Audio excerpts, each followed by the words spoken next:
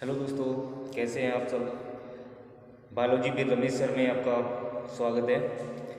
पिछले वीडियोस में हमने अध्याय 1 में जीवों में जनन के बारे में पढ़ा था। उसमें हमने आपको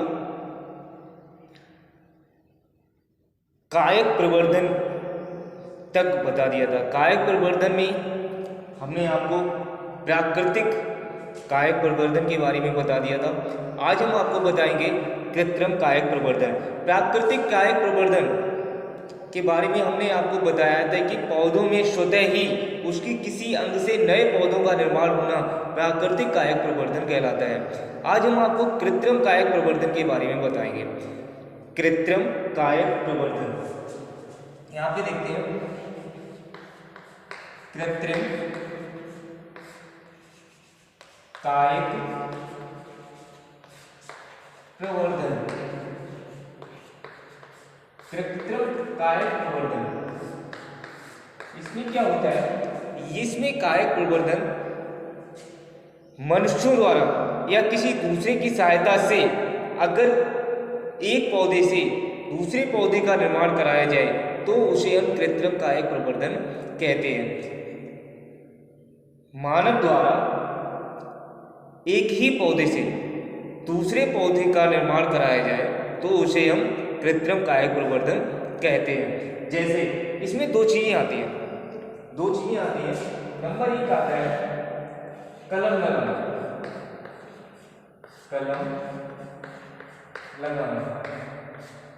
नंबर 2 आता है दाब लगाना।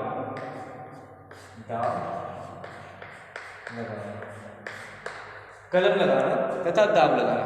अब ये कलम पौधों में स्वतः तो नहीं लगाई जा सकती है, तो ये किसी न किसी मनुष्यों के द्वारा ही होता है, इसलिए इसे कृत्रिम कायक प्रवर्धन कहते हैं। पहला देखते हैं कलम लगाना। इसमें क्या होता है? एक पौधा होता है, देख लीजिएगा, समझ लीजिएगा। यहाँ पर ये एक पौधा है,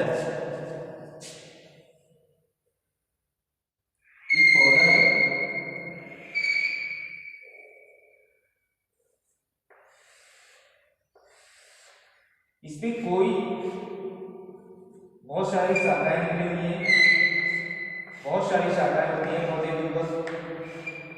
इसमें से एक शाखा को हमने काट लिया, इस शाखा को हमने यहां से काटा इस तरीके से, और इसमें हमने क्या किया? एक सिरे को कलम के आकार का बना लिया।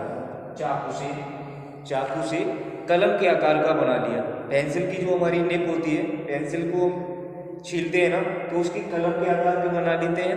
कलम के आकार को बनाने के बाद क्या करते हैं? इसे जमीन के अंदर हम गाड़ देते हैं, जमीन के अंदर दबा देते हैं। इस तरीके से जमीन के अंदर दबा देते हैं। याद रखिएगा बच्चों, यहाँ पर जिस टहनी को हम काटते हैं उस टहनी पर नोट्स होने चाहिए। पर्वसन्धियां जैसे हम बोलते हैं, नोट्स होने चाहिए, छोटी छोटी नोट्स होनी चाहिए, जिनके अंदर क्या होती है? कलकाएं होती हैं। अब वही कलकाएं यहाँ पर क्या होती हैं? यहाँ से विकसित होने लगती हैं और एक ये नया पौधा बन जाता है। इसे ही हम बोलते हैं बच्चों कलम लगाना। कहा योग कलम लगाना आप समझ गए होंगे। मनुष्यों द्वारा एक पौधे से किसी भी तने को काटकर और उसमें कलम के आकार का बनाकर उसे जमीन के अंदर दबा देते हैं, जिससे वह तना जिसके ऊपर नोट्स होते हैं वो नोट्स विकसित होने लगते हैं और धीरे धीरे करके यहाँ पर क्या जड़ें निकल आती हैं। जड़ें निकलने के बाद ये एक नया पौधा बनकर तैयार हो जाता है। इसे ही हम बोलते हैं कलम लगाना। दूसरा आता है यहाँ पर दाब लगाना।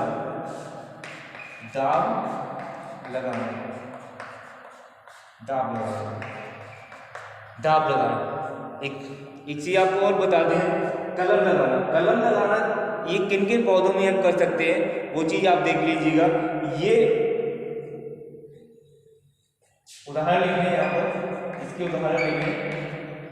कलम लगाने का उदाहरण है, इसमें सबसे पहले तो हम देख सकते हैं गुलाब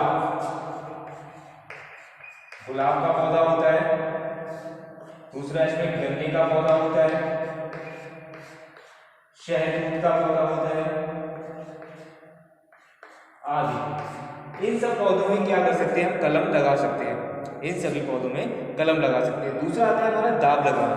दाब लगाना भी इसी तरीके की एक प्रोसेस है, ये कुछ पौधों में होती है। जैसे यहाँ पर भी देख लीजिएगा, ये पौधा है,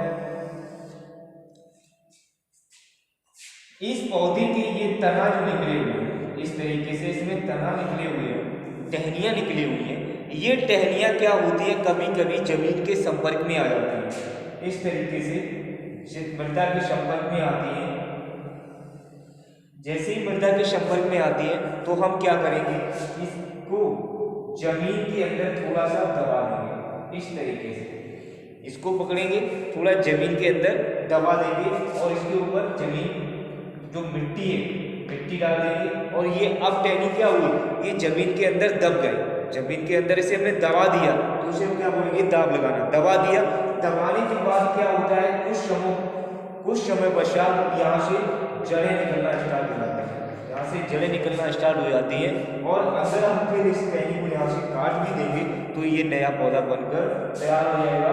इससे ब्रांचेस निकल आएंगी, शाखाएं निकल आएंगी, जो आगे एक नए पौधे का रूप ले लेती है। बच्चों इसे बोलते हैं हम दाब लगाना, क्योंकि इसे हम मिट्टी के अंदर दाब देते हैं जिससे वहाँ पर नए जड़ें निकल आती हैं और वहाँ पर एक नया पौधा बनकर तैयार हो जाता है। इसे ही हम बोलते हैं दाब लगाना। ये किन किन पौधों में हम कर सकते हैं, उदाहरण इसके भी लिख लीजिएगा। इसके उदाहरण है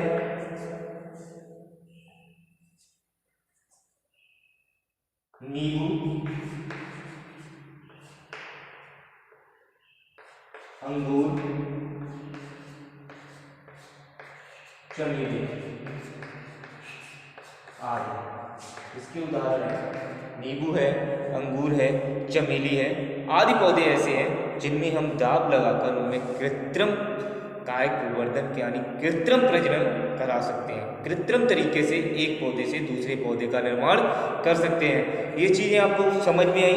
अब इसके बाद मेरे हिसाब से आपको अलैंगिक जनन में कायक प्रवर्धन की ये सारी चीज़ें आपको अच्छी तरीके से समझ में आई होंगी।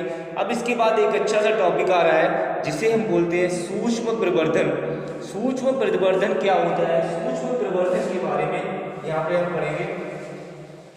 सूक्ष्म प्रवर्धन जो होता है वो भी एक प्रकार की विधि है जिससे एक साथ में कई सारे पौधे तैयार किए जा सकते हैं, एक साथ ही कई सारे पौधे तैयार किए जा सकते हैं। इसे हम बोलते हैं सूक्ष्म प्रवर्धन। सूक्ष्म प्रवर्धन, सूक्ष्म प्रवर्धन भी एक विधि है अलैंगिक जनन की जिससे हम एक साथ में कई सारे पौधे तैयार कर सकते हैं। लेकिन ये प्रवर्धन केवल हम लैब के अंदर ही कर सकते हैं, लैब के अंदर कर सकते हैं। इसमें क्या होता है, एक पौधे के कोशिकाओं से या ऊतक से हम नए पौधों का निर्माण करते हैं। पौधा लिया, आपको ये सभी पता होगा कि जो भी पौधे होते हैं कोशिकाओं से मिलकर बनते हैं और कोशिकाओं का एक जो समूह होता है उसे ऊतक कहते हैं। यहाँ पर ऊतक की एक डेफिनेशन आप समझ लीजिएगा। बच्चे ये कहते हैं कि कोशिकाओं के समूह को ऊतक कहते हैं, लेकिन ऐसा नहीं होता है। क्रियात्मक रूप से समान और संरचनात्मक रूप से समान, जिनकी कार्य और संरचना एक समान हो, ऐसी समान कोशिकाओं के समूह को ही ऊतक कहते हैं। क्रियात्मक तथा संरचनात्मक रूप से समान कोशिकाओं के समूह को ही ऊतक कहते हैं। तो ऊतकों के द्वारा पौधे के निर्माण को ही सूक्ष्म प्रवर्धन कहा जाता है। आप लोग डेफिनेशन लिखना चाहें तो लिख सकते हैं। यहाँ पर भाषा लिख सकते हैं। यह विधि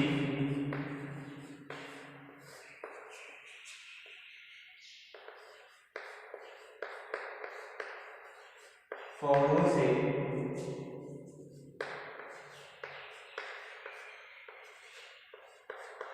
ऊतक द्वारा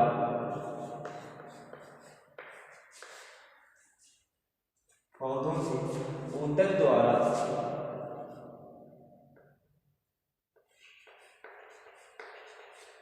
जनन करने में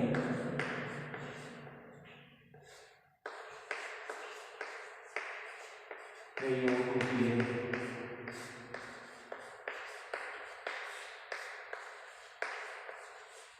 यह विधि पौधों से ऊतक द्वारा जनन करने में प्रयोग होती है। इस विधि में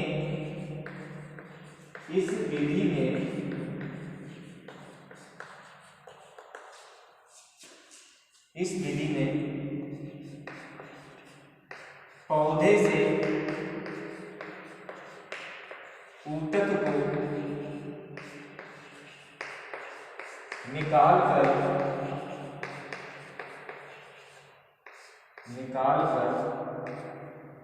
इस विधि में पौधे से ऊतक को निकालकर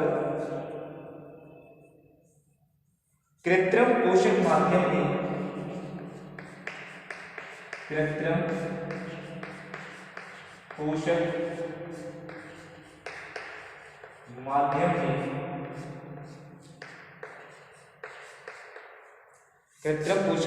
में नियंत्रित वातावरण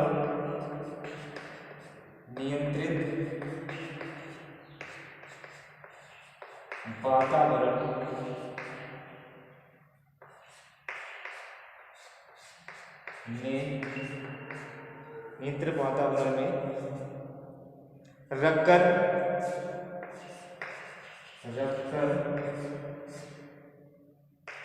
नए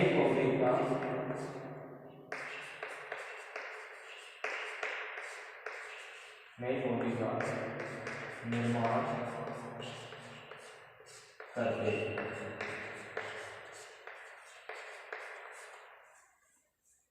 सूक्ष्म प्रवर्धन में क्या होता है? सूक्ष्म प्रवर्धन में देख लीजिएगा, यह विधि पौधों से ऊतक द्वारा जनन करने में प्रयोग होती है।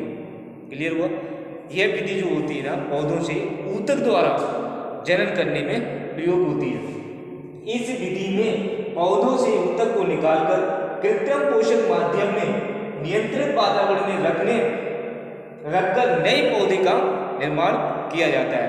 कैसे किया जाता है? ये एक लैब प्रोसेस है, लैब के अंतर्गत होती है। तो आइए स्टेप बाय स्टेप हम इसे देखते हैं। इसको नोट कीजिएगा, स्क्रीनशॉट ले सकते हैं। आगे देखिए, इसमें कई स्टेप होते हैं, कई स्टेपों में इसे पूर्ण किया जाता है। स्टेप फर्स्ट देख लीजिए। स्टेप फर्स्ट में क्या होता है? स्टेप फर्स्ट में हम देखते हैं, सबसे पहले हम किसी पौधे का जिसका हमें जनन कराना है, जिससे हमें नए पौधे का निर्माण करना है। जैसे मान लीजिएगा गाजर को ले लिया, गाजर के पौधे को हमें बनाना है, ठीक है ना। तो उसे सबसे पहले उस पौधे से हम एक ऊतक को निकालते हैं। एक ऊतक को हमने निकाल लिया, सबसे पहले क्या करेंगे? ऊतक को निकाल लेते हैं। ये मान लीजिएगा ऊतक, इसको निकाल लिया। ऊतक को निकालने के बाद फिर इसे एक माध्यम में रखते हैं। इसे एक हम माध्यम में रखते हैं, एक माध्यम में रख दिया। ये कौन सा माध्यम है? पोषक युक्त माध्यम। इसको हम देख सकते हैं, पोषक युक्त माध्यम। इसमें हमने किसको रख दिया? ऊतक को रख दिया। इसमें उसको ऊतक को रख दिया। अब ये ऊतक क्या होगा? कुछ समय पश्चात रखने के बाद इसे हम ऊतक को क्या बोलते हैं? कुछ देर रखने के बाद इसे हम बोलेंगे कैलस। ठीक है ना, कैलस। इसे किस में रख दिया हमने? पोषक युक्त माध्यम में रख दिया। अब स्टेप 2 में क्या करते हैं? स्टेप 2 में हम देखिएगा, स्टेप सेकेंड, इसमें क्या करेंगे? इसको निकालेंगे, कैलस को निकालेंगे और कैलस को हम दूसरे माध्यम में रखेंगे। दूसरे माध्यम में रखेंगे। ये माध्यम कौन सा था? पोषक युक्त माध्यम, जो हमारे ऊतक को जर्मिनेट करने के लिए जिस पोषक की आवश्यकता होती है वो पोषक इस माध्यम के अंदर उपस्थित थे। अब हमने जो माध्यम लिया स्टेप 2 में, वो माध्यम कैसा है? ये हार्मोन युक्त माध्यम है, हार्मोन युक्त माध्यम, हार्मोन युक्त माध्यम, हार्मोन युक्त माध्यम। अब जब हमने इस सूतक को यहाँ पर रखा, हार्मोन युक्त माध्यम में जब इस सूतक को रखा, तो ये हार्मोनल एक्टिविटी के साथ यहाँ पर क्या होगा? इससे शाखाएं अंकुरित होने लगेंगी। इस सूतक से क्या होगा? शाखाएं अंकुरित होने लगेंगी। जैसे यहाँ से कुछ शाखा निकलेगी इस तरीके से, इस शाखाएं अंकुरित होने लगेंगी इस तरीके से, इस तरीके से बच्चों शाखाएं कैसे अंकुरित होने लगेंगी? किससे? ऊतक से, ऊतक से शाखाएं निकलने लगी। अब स्टेप 3 में देखिएगा, स्टेप 3 में क्या होता है? यहाँ पर अब ऊतक से क्या हो गया? शाखाएं निकल आई। अब स्टेप 3 में, स्टेप 3 में क्या होता है? स्टेप 3 में हम इस ऊतक को जितनी भी शाखाएं निकली हैं, सभी शाखाओं को एक एक अलग अलग माध्यम में रख देते हैं।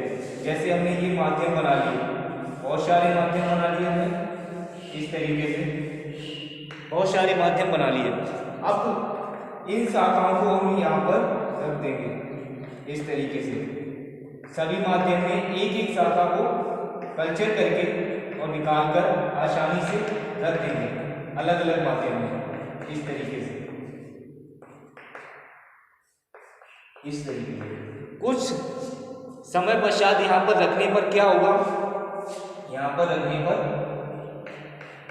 यहाँ से जड़ें निकलना स्टार्ट कर देंगी इस तरीके से, ये जड़ें निकल आएंगी, ये जड़ें निकल आएंगी इस तरीके से, ये जड़ें निकल आएंगी, जड़ें निकल आई। अब ये एक नई संतति यानी कि नया पौधा बनकर तैयार हो गया। अब स्टेप 4 में हम क्या करेंगे? स्टेप 4 में हम जहां भी इस पौधे को लगाना चाहें, किसी गार्डन में या किसी अन्य जगह पर, अब इस पौधे को उठाएंगे और वहां पर लगा देंगे और एक नया पौधा बनकर तैयार हो जाएगा। तो बच्चों इसी को बोलते हैं हम सूक्ष्म प्रवर्धन। इसमें क्या किया हमने? स्टेप 1 में सबसे पहले जिस पौधे को हमें नया बनाना था उसके हमने ऊतक को लिया, ऊतक को एक पोषक युक्त माध्यम में रखा, पोषक युक्त माध्यम में रखने के बाद उसे कैलस बोला, फिर उस कैलस को हमने हार्मोन युक्त माध्यम में रखा, हार्मोन युक्त माध्यम में रखने पर क्या हुआ? उससे शाखाएं निकलना स्टार्ट हो गई और उन्हीं शाखाओं को फिर हमने क्या किया? अलग अलग माध्यम में रखा। तो कुछ समय पश्चात देखा कि उनमें जड़ें निकलना स्टार्ट हो गई और नए पौधा बनकर तैयार हो गया। अगले स्टेप में हमने उस पौधे को जहाँ पर भी लगाना था वहाँ लगा दिया और एक नया पौधा बनकर तैयार हो गया। तो इसे ही हम बोलते हैं सूक्ष्म प्रवर्धन। आई होप आपको ये समझ में आया होगा सही ढंग से। आप इसका स्क्रीनशॉट ले सकते हैं या फिर नोट कर सकते हैं कॉपी में।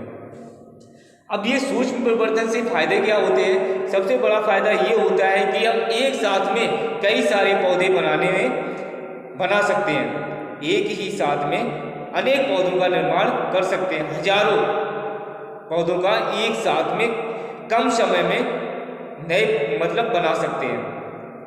और इनकी जो इम्यूनिटी होती है, प्रतिरोधक क्षमता, वो अच्छी डेवलप कर सकते हैं। तो ये सब सूक्ष्म प्रवर्धन के अंतर्गत इन पौधों से ये विशेषताएं हो सकती हैं। आई होप मेरा वीडियो आपको पसंद आ रहा होगा। तो ये वीडियो आप लाइक करें, शेयर करें और जो भी समस्याएं आपको आ रही हैं वो नीचे कमेंट बॉक्स में ज़रूर लिखें। Thank you.